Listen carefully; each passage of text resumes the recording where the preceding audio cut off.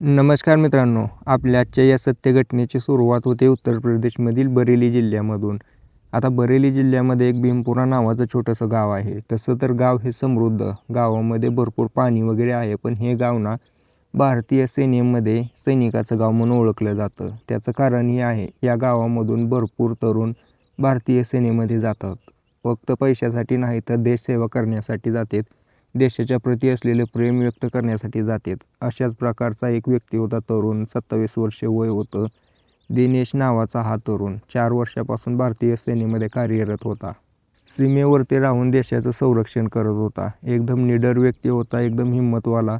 देशावर कसलंही संकट येऊ देणार नाही असं म्हणायचा तो. हा दिनेश ज्या वेळेला 4 वर्षांचा होता त्यावेळेला त्याचे आई वडील रस्त्याने जाताना ॲक्सिडेंटमध्ये त्या ठिकाणी मरण पावले होते. आता घराची पूर्ण जबाबदारी तेव्हापासून या दिनेशवरती आलेली होती. दिनेशने पण चांगल्या प्रकारे त्याची जबाबदारी निभावलेली होती. रानामध्ये चांगल्या प्रकारे कष्ट करून त्याने त्याच्या बहिणीला शिक्षण दिलं, त्याच्या आजीचं जीवन चांगलं केलं आणि स्वतःही आर्मीमध्ये भरती झाला. त्याच्यानंतर तो तिकडे गेला. आता गावाकडे त्याची आजी आणि त्याची एक बहीण राहिली होती. त्याची बहीण 12वीमध्ये शिकत होती आणि त्याची आजी जी की तिला मदत करायची रानामध्ये कामात. या दिनेशच्या आजीचं नाव संतोषा देवी आणि तिच्या बहिणीचं नाव कल्पना. आता ही कल्पना जी होती ती अभ्यासात अजिबात हुशार नव्हती. जसा तिचा भाऊ हुशार होता ज्याने आर्मीमध्ये जॉईन केलं अभ्यास करून, तशी ती अजिबात नव्हती. तिला काहीच जमत नव्हतं. त्यामुळे ती काय म्हणायची की मला नाही जमत. तरी 12वीपर्यंत शिकवलं. 12वी झाल्यानंतर तिने हात जोडले आणि म्हटली की मला अजिबात जायचं नाही पुढे. माझ्या डोक्यातच बसत नाही तर मी जाऊन काय करू. त्यावेळेला ही कल्पना तिच्या भावाला म्हणते की मी आपलं जे 2-3 एकर रान आहे तेच सांभाळेल, त्याच्यामध्ये चारा उगवेल, 2-3 गायी करेल आणि त्यातून येणाऱ्या उत्पन्नातून आपलं घर चालेल आणि तुझा येणारा पैसा आहे ते पुढे माझ्या लग्नासाठी, तुझ्या लग्नासाठी सेविंग करून ठेवू. तिचा भाव म्हणतो तुझ्या हिशोबाने कर, जसं करायचं आहे तसं. मी तर तुला 1000 वेळा सांगितलं की तू अभ्यास कर, शिक्षण घे, पुढे चालून काहीतरी होईल. पण ही कल्पना ऐकण्यासाठी तयारच नव्हती. डोकं चालत नसल्यावर काहीच करणार आहे. आता या कल्पनाने जसं तिच्या भावाला सांगितलं होतं तसं रानामध्ये काम करायला चालू केलं. रानामध्ये काम करत असताना तिचं रान घरापासून 3 ते 4 किलोमीटर अंतरावरती होतं. ज्यावेळेला पण ही रानामध्ये जायची त्यावेळेला रस्त्याने चालत जावं लागायचं. गावातले भरपूर तरुण वयस्कर व्यक्तीच्या शरीराकडे बघायचे. कल्पना दिसायला अतिशय सुंदर होती. त्याच्यामुळे बाकीच्या लोकांच्या नजरा तिच्यावरती जाणं साहजिकच होतं. आता या कल्पनाला याची भनक लागली होती. ही कल्पना साधीसुधी होती. त्यामुळे ती तिच्या आजीला म्हणते, आजी असा विषय आहे. त्यावेळेला आजी तिला म्हणते की मी तुला आधीपासून सांगत होते की तू नको जाऊ, कारण तू आता तरुण झाली, जवान झाली. रानामध्ये काय खालीवर झालं म्हणजे आम्हालाच भोगावं लागेल, आमची इज्जत जाईल. तू नको शेती करू. पण ही कल्पना काय करण्याच्या मनस्थितीत नव्हती. हिच्या डोक्यावरती एकच भूत सवार होतं की मला काहीतरी स्वतःचं करायचं आहे, शेती करून पैसा कमवायचा आहे. त्यामुळे ही कल्पना तिच्या आजीला समजावून सांगते. पण तिला म्हणते की मला एक स्कूटर पाहिजे जेणेकरून मी पटकन रानात जाईल आणि पटकन घरी येईल. तिची आजी त्या दिनेशसोबत बोलते. दिनेश तिला पैसे पाठवतो. आता थोडेफार पैसे भरून, थोडेफार डाऊन पेमेंट करून आणि आर्मीच्या कॅन्टीनच्या कार्डावरती त्यांना चांगल्या किमतीमध्ये एक स्कूटर भेटते. नवीन स्कूटर घेऊन ही कल्पना घरी येते. आता ही रोज गाडीवरती जायची, वैरण आणायची आणि हीच वैरण तिच्या घरातल्या जनावरांना टाकून त्याच्यावरती येणारं उत्पन्न, तेच पैसे ती स्वतःवरती खर्च करायची आणि थोडेफार पैसे सेविंग करून ठेवायची. जेणेकरून काय होईल की पुढे चालून त्यांना त्याचा फायदा होईल. आता ही कल्पना एवढं मोठं कष्ट करत होती, पण हिला माहीत नव्हती की पुढे चालून हिच्यासोबत खूप भयंकर कांड होणार आहे. ते तर आपण या व्हिडिओमध्ये जाणून घेऊच मित्रांनो. पण तुम्ही जेव्हापासून या कल्पनाने शाळा सोडली होती 12वी नंतर, तेव्हापासून हिच्या मैत्रिणी पूर्णपणे तुटल्या गेल्या होत्या. पण हिच्याच घराच्या शेजारीना एक अरुणा नावाची मैत्रीण होती हिची. ती पण शाळेला जात होती. पण ह्या दोघींमध्ये मैत्री होती कारण घराच्या शेजारी असल्यामुळे. 5 डिसेंबर 2025चा तो दिवस होता. या दिवशी कल्पनाच्या मोबाईलवरती एक कॉल येतो. अरुणा नावाची तिची मैत्रीण होती. अरुणा तिच्या घरापासून 200 ते 300 किलोमीटर अंतरावरती राहत असेल. शेजारी घर होतं. या कल्पनाने जेव्हापासून शाळा सोडली होती तेव्हापासून हिच्या मैत्रिणी तिच्यापासून लांब झाल्या होत्या. पण ही अरुणा होती, तिची मैत्रीण राहिली होती कारण घराच्या शेजारी तिचं घर होतं. आता या दिवशी हिला कॉल आल्यानंतर ती अरुणा म्हणते की कल्पना तू तर शाळा सोडली, आता कोणाच्या संपर्कात नाही. माझ्या संपर्कात आहे, बरं आहे. पण आता विषय असा आहे की आपल्या खूप साऱ्या मैत्रिणी येणार आहेत सायंकाळी 7 वाजता आणि आज माझा वाढदिवस आहे. तर तू माझ्या वाढदिवसाला घरी ये. आता ज्या वेळेला ही कल्पना असं ऐकते त्यावेळेला ती म्हणते की मला आजीला विचारावं लागेल, आजीला विचारून मी तुला नक्कीच सांगेन. ही कल्पना चारा पाणी घेऊन घरी गेली, गायींच्या धारा वगैरे काढल्या आणि त्या संतोषा देवीला म्हणते माझी एक मैत्रीण आहे ना, तुला माहिती आहे बघ ती अरुणा नावाची. आजी म्हणते हो आहे की. मग तिचं काय, तिचा आज वाढदिवस आहे सायंकाळचे 7-8 वाजता, तर मी जाऊ का? त्यावेळेला तिची आजी म्हणते हो तुझ्या मैत्रीण एकटीच मैत्रीण राहिली, तू जाऊ शकते, पण विषय असा आहे ना की तिथं जाऊन पटकन माघारी यावं लागेल तुला. ही कल्पना तिला होकार देते आणि सायंकाळचे 7 वाजता त्या अरुणाच्या घरी पोहोचवते स्कूटर घेऊन.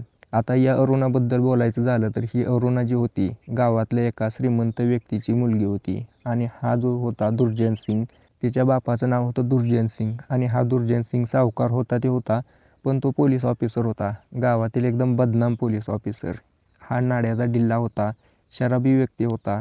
याच्या नादी कोणीच लागत नव्हतं गावामध्ये. एकतर पैसा होता आणि वरून याची नियत खराब, त्याच्यामुळे याच्या आसपास पण कोण फिरकत नव्हतं. त्यामुळे जास्त काय लोक आली नव्हती त्या अरुणाच्या वाढदिवसाला. तिने तिच्या मैत्रिणीच बोलवल्या होत्या. आता या अरुणाने तिच्या बापाला सांगितलं की तुम्ही जाऊन केक घेऊन या माझ्यासाठी, पण तो दारू पीत बसलेला होता. त्याच्या नोकर एक होता, त्या नोकरासोबत हा कायम दारू पीत बसलेला असायचा. त्याचा नोकर मनोज नावाचा एकदम चमचागिरी करायचा त्याची, कारण त्याला पैसा भेटायचा, दारू प्यायला भेटायची, नको नको ती ऐश करायला भेटायची. त्यामुळे तो मनोज या दुर्जन सिंगच्या कायम महागा असायचा. हे दोघं दारू पीत बसले. ती अरुणा सांगून कंटाळली तरी याने केक आणला नाही. त्यामुळे ती अरुणा स्वतःच स्कूटर घेऊन केक आणण्यासाठी बाहेर गेली आणि 1-2 मैत्रिणीला घेऊन येते म्हणली.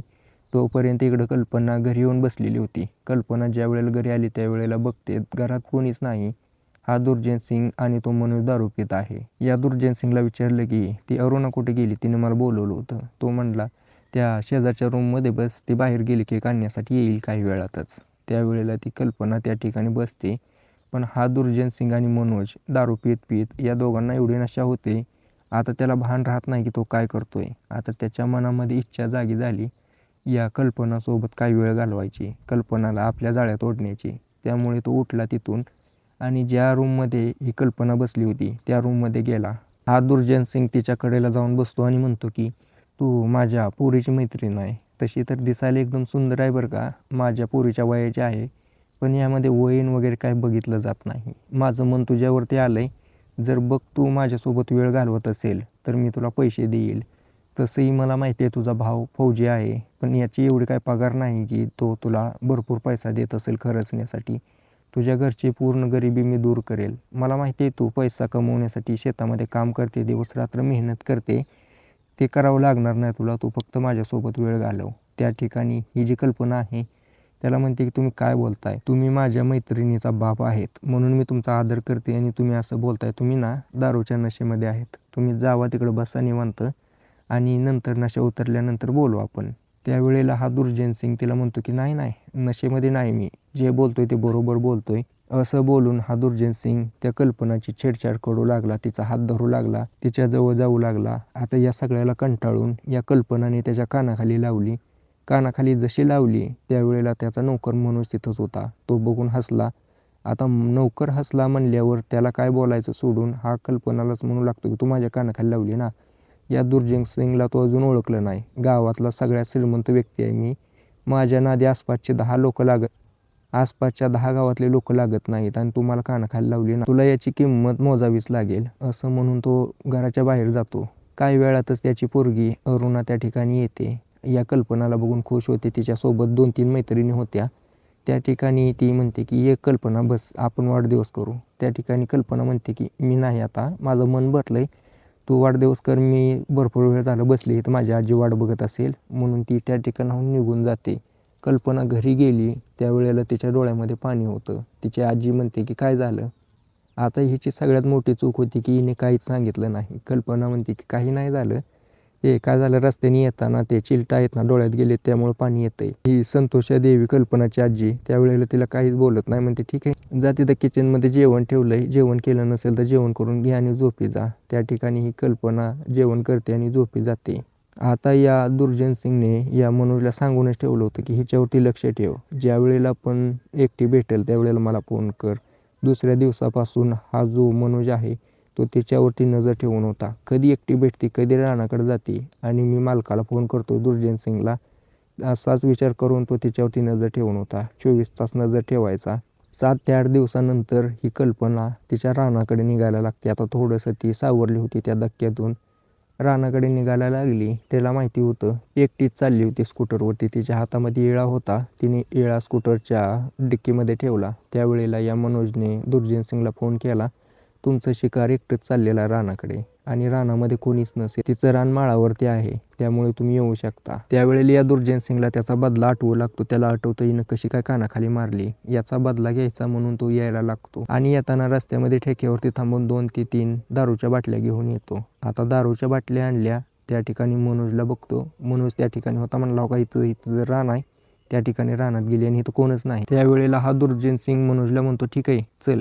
हे दोघं तिच्यापाशी जातात. जसं हे त्या कल्पनाच्या जवळ पोहोचतात, कल्पना बघते हे दोघं इथं काय करतात आणि आसपास पण कोणी नाही. आता ओरडलं तर काय उपयोग पण नाही, कोणाला समजणार पण नाही. त्यावेळेलाही त्यांना कावू लागते. म्हणते तुम्ही माझ्या रानात काय करताय. दुर्जन सिंग म्हणतो माझा बदला घ्यायला आलोय. त्या दिवशी तू कानाखाली लावली होती ना मला, आता बघ मी तुझं काय हाल करतो. हे ओरडायला लागते. त्यावेळेला दुर्जन सिंग म्हणतो मनोजला की तुझ्या रुमाल आहे का तुझ्यापाशी, असेल तर हिच्या तोंडामध्ये ठोस. त्यावेळेला मनोज रुमाल काढतो आणि हिचा हात धरून तोंडामध्ये ठुसतो.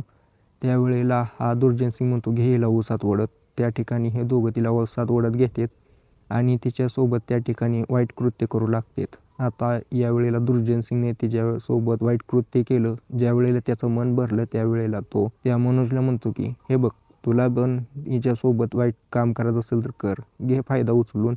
त्या ठिकाणी मनोज पण तिच्यासोबत वाईट काम करतो. आता हिचे हातपाय बांधून उसामध्ये पाडलेलं होतं आणि वरून तिच्यासोबत वाईट काम चालू होतं. ओरडायचा प्रयत्न करतो. ती तोंडामध्ये रुमाल होता. त्या ठिकाणी कल्पना काहीच करू शकत नव्हती. त्या ठिकाणी ती फक्त रडत होती. आता यावेळेला दुर्जन सिंग या मनोजला म्हणतो की माझा मूड झालाय, जा डिक्कीमध्ये मी दारूच्या बाटल्या आणलेल्या आहेत घेऊन ये. तो मनोज चावी घेतो. रस्त्यावरती लावलेल्या गाडीपाशी जाऊन डिक्कीमधली 2 बाटल्या काढतो आणि येऊन तिथं बसतो. ही कल्पना तिथं रडत होती, ओरडत होती. त्याच्यापाशी बसून हे दोघं दारू पितात आणि एक राऊंड अजून मारतात. ज्या वेळेला या दोघांचं पूर्णपणे मन भरतं त्यावेळेला हा दुर्जन सिंग म्हणतो की आता हिच्यासोबत काय करायला पाहिजे, मारायला पाहिजे का हिला सोडून द्यायला पाहिजे. मनोज म्हणतो की द्या सोडून, आपल्याला पुढे चालून हिचा फायदा होईल. आपण 3-4 दिवसांनी हिचा फायदा घेत राहू. त्यावेळेला हे दोघं तिचा फोटो काढतात, व्हिडिओ काढतात मोबाईलमध्ये आणि हिला सोडून देतात. ही कल्पना घरी पोहोचते रडत रडत.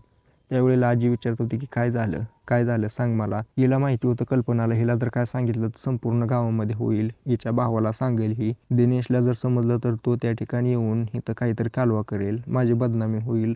पुढे चालून माझ्यासोबत कोणी लग्न पण करायचं नाही आणि माझा जो भाऊ आहे दिनेश फौजी, त्याची एवढी मोठी इज्जत आहे, त्यालाच ही बदनामी होईल. त्यामुळे ती शांत बसली, काही नाही म्हणली. आज मला लय कंटाळा आलाय त्यामुळे मला रडू येते. आता तिची आजी संतोषा देवी तिचा हातपाय दाबून देते, तरीही हिच्या डोळ्यातलं पाणीच थांबत नव्हतं. संतोषा देवी तिला डोकंदुखाची गोळी देते. त्या ठिकाणी ती कल्पना गोळी खाते आणि झोपी जाते. आता ती रानामध्ये अजिबात जात नव्हती. तिची आजी विचारू लागते की का रानात जात नाही का. ही म्हणली मी आता रानात जायचं सोडून दिलंय, मला नाही करायची मेहनत, लय मेहनत करावं लागते. तिची आजी म्हणली मी तुला अगोदर सांगितलं होतं नको करू, हे आपलं काम नाही, पुरुषांचं काम आहे रानामध्ये काम करणं.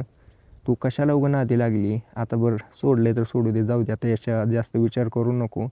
ज्या गायी आहेत त्या आपण कोणाला तर विकून टाकू, म्हणजे पूर्ण काम आपल्या मागचं निघून जाईल आणि रान कोणाला तर बटाईनं करायला देऊ. 20 डिसेंबर 2025चा तो दिवस होता. या दिवशी या कल्पनाची आजी घरासाठी बाजार आणायचा म्हणून आठवडे बाजारामध्ये गेलेली होती. जाताना तिला सांगून गेली की मला यायला उशीर होईल, तर तू निवांत घरी बस, काय अडचण आली तर मला फोन कर. त्यावेळेला ती हो म्हणते आणि त्या ठिकाणाहून निघून जाते. दुसरीकडे तो जो मनोज होता नौकर दुर्जन सिंगचा, तो तिच्यावरती नजर ठेवायला सुद्धा बघतो. तो बघतो की हिची आजी बाहेर गेली. दुर्जन सिंगला फोन करतो. दुर्जन सिंग ज्या वेळेला फोन उचलतो त्याला समजतं की त्याची आजी नाही, एकटीच घरी आहे कल्पना. त्यावेळेला हे दोघं तिच्या घरापुढे जाऊन उभं राहतात. दरवाजा वाजवतात. कल्पना दरवाजा उघडती. ज्या वेळेला दरवाजा उघडला त्यावेळेला बघते तर हे दोघं आहेत. पटकन दरवाजा लावायला गेली पण या दोघांनी दरवाजाला लाथ मारली आणि आतमध्ये घुसले. आतमध्ये जसे घुसले तसे या दोघांनी दरवाजा आतून लावून घेतला आणि या कल्पनाला ओढत तिच्या रूममध्ये घेऊन गेले. आता तिच्यासोबत वाईट काम करू लागले. तोपर्यंत करते जोपर्यंत मन भरत नाही आणि तिला सांगून देतात की कोणाला सांगितलं तर तुला तर आम्ही संपवू, तुझ्या आजीला संपवीन आणि तुझा तर भाऊ तिकडं आहे, तो इकडं आला तर त्यालाही संपवीन, तुला आमची ताकद माहीत नाही. याची ताकद होती की हा पोलीस दरोगा होता, एकदम त्या पोलीस स्टेशनमध्ये दबंगाई करत होता, त्याच्यामुळे याच्या कोणी नादीच लागत नव्हतं, वरून सावकार होता. कल्पना त्या ठिकाणी रडत बसते. सायंकाळचे 6 वाजता तिची आजी आली. त्यावेळेला आजी विचारते की काय झालं, तर ही ही कल्पना तिला म्हणते की काय नाही, माझं पाय दुखतेत, मी तुला सांगितलं. ही आजी म्हणली तू काहीतरी झालंय पण मला सांगा नाही. बरं जाऊ दे, तू तुझ्या भावाला सांग. ती आजी ज्या वेळेला त्या दिनेशला फोन करते आणि सांगते की पोरगी रडत आहे, काय झाले सांगा नाही. दिनेश विचारतो की काय झालंय.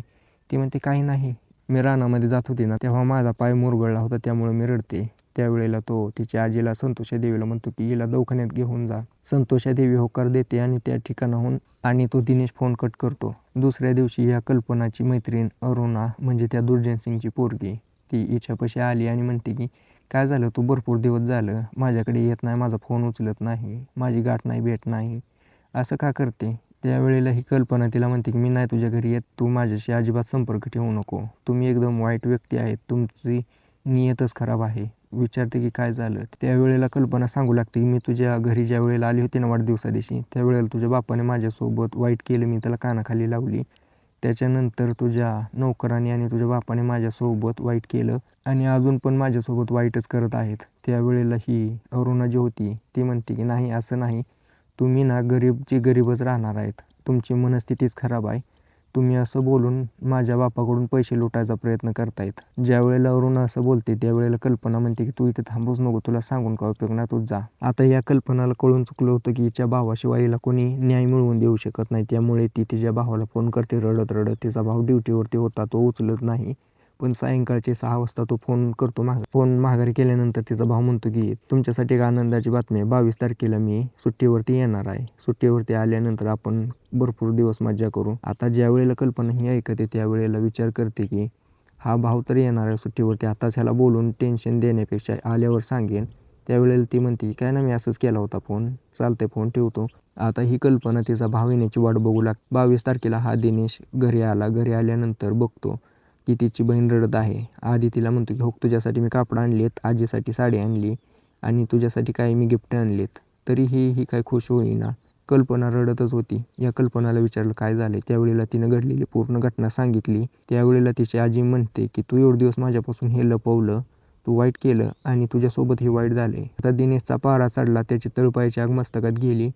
तो त्याच्या एका मित्रापाशी फोन करतो. त्याचा मित्र गावचा सरपंच होता. या सज्जन सिंगला ज्या वेळेला फोन करून सांगतो की असं असं घडलंय, त्यावेळेला तू तुझ्यापासली लायसन असलेली बंदूक घेऊन ये. हा सज्जन सिंग रागामध्ये येतो तिथं आणि म्हणतो की तुझी बहीण आहे ती माझी बहीण आहे आणि हिच्यासोबत जे वाईट घडलंय ते दुसरं कोणासोबत घडू नये. चल आताच त्या दुर्जन सिंगला आपण संपवून टाकू. दोघं त्या दुर्जन सिंगच्या घरी पोहोचतात. दरवाजा वाजवतात. दरवाजा उघडला.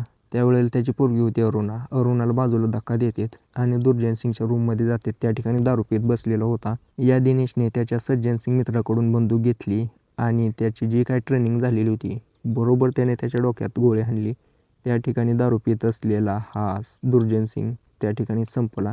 त्याची पोरगी कालवा करत बाहेर पळाली. पण या दोघांनी त्या ठिकाणी थांबले नाहीत. या मनोजच्या घरी गेले. मनोजच्या घरी जाऊन मनोजला ओढत आणलं बाहेर आणि भर चौकात त्याला गोळी घातली आणि त्या ठिकाणाहून फरार झाले दोघं.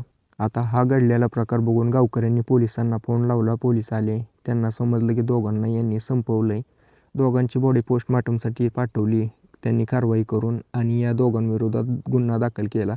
दिनेश आणि सज्जन सिंग फरार होते. काही वेळातच पोलिसांनी या दोघांना पकडलं आणि या दोघांवरती पोलिसांनी गुन्हा दाखल केला. पुढे चालून यांच्यावरती जी कारवाई व्हायची ती होईलच.